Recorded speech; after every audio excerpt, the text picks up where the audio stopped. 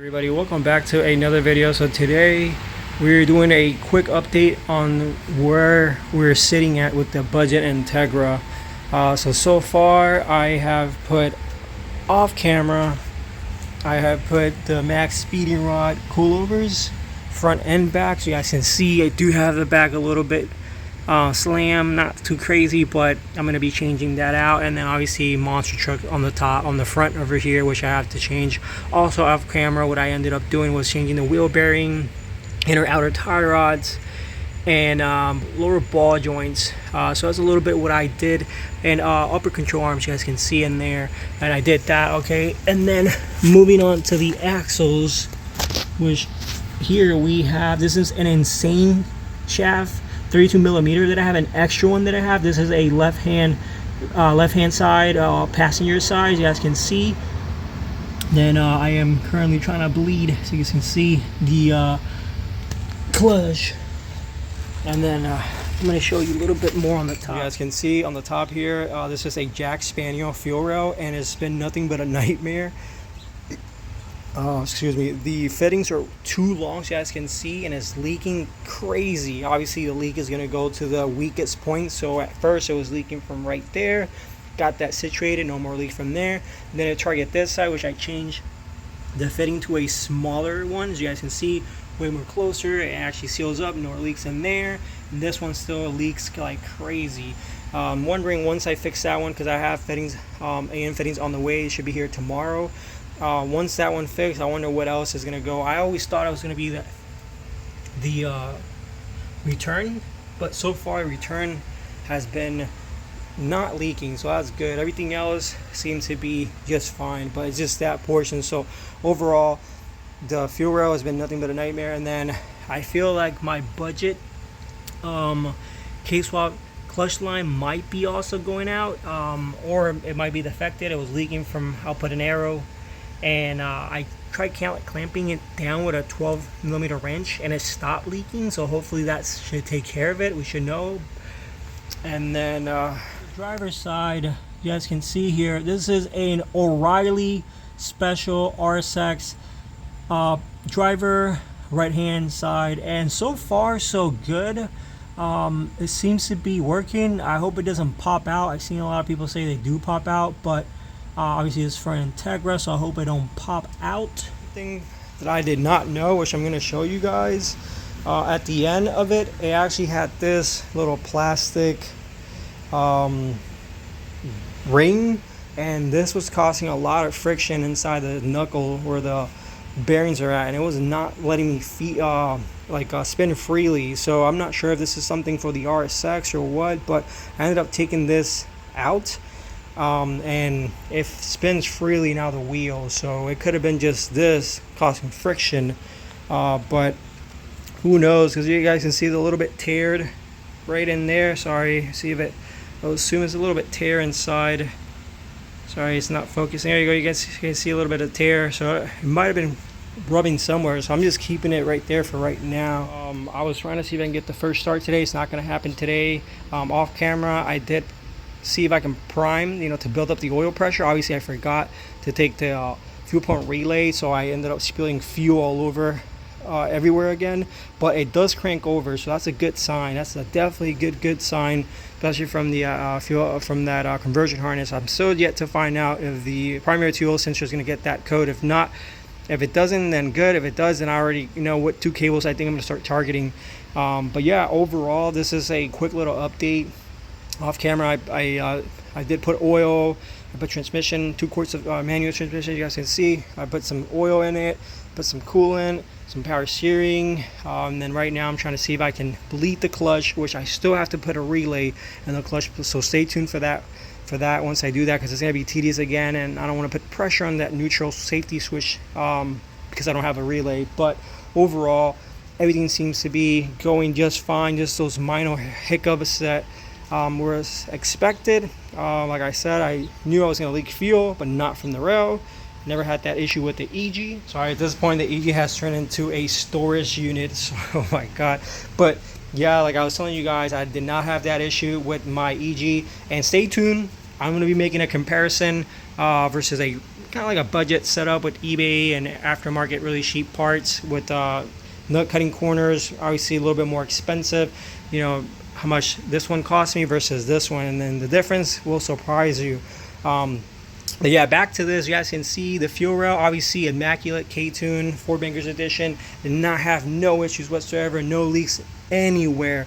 The only leaks I have was probably like fittings here that I need to tighten up or down over there.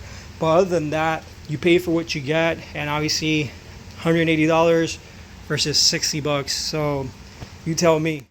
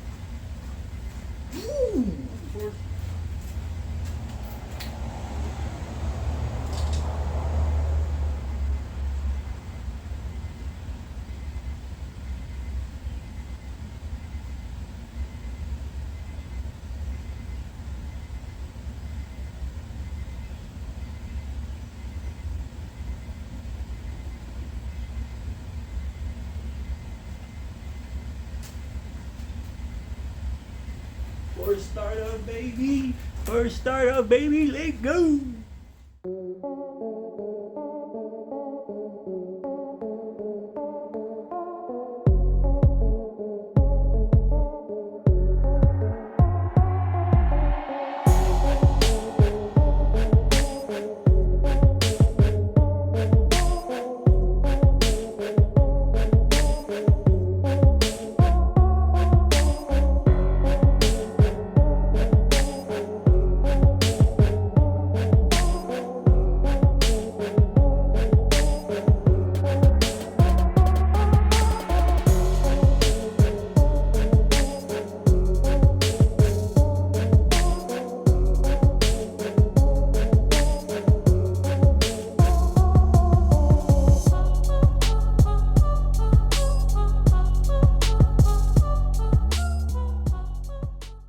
I'm not sure if I went over it, but I will be doing a review for the max speeding rod coilovers that I have here. I believe they're the T6. So I'll do a little drive-in review for you guys. That way, you know, test them out on, you know, drivability and every day, you know, for those budget coilovers. All right, so I'm currently bleeding the car, as you guys can see.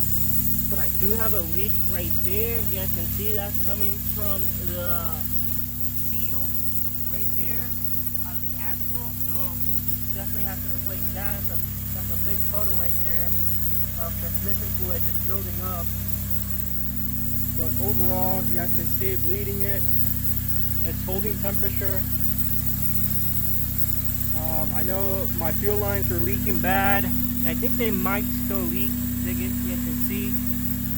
Alright, so I went ahead and tightened that fuel line. No more leak on that side. It was just loose, thank God. It's bleeding pretty decent, but I gotta do something about that seal. Pretty bad. Really consistent leak. Luckily the axle one is not bad, it's not leaking.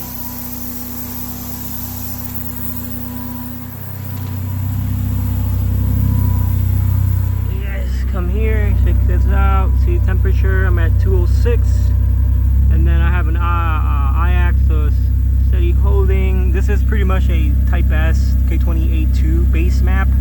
I do have RPMs don't work, so you guys can see, and then I do have the oil light flashing for some reason, but I do have oil, so I'm not sure why is that that's happening.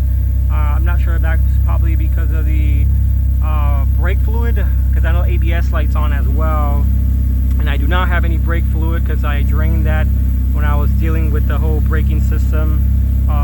But yeah, fan is kicking on like at 206, 205 or so because it's stock, but everything seems to be shaking out just fine. That's gonna wrap up the video.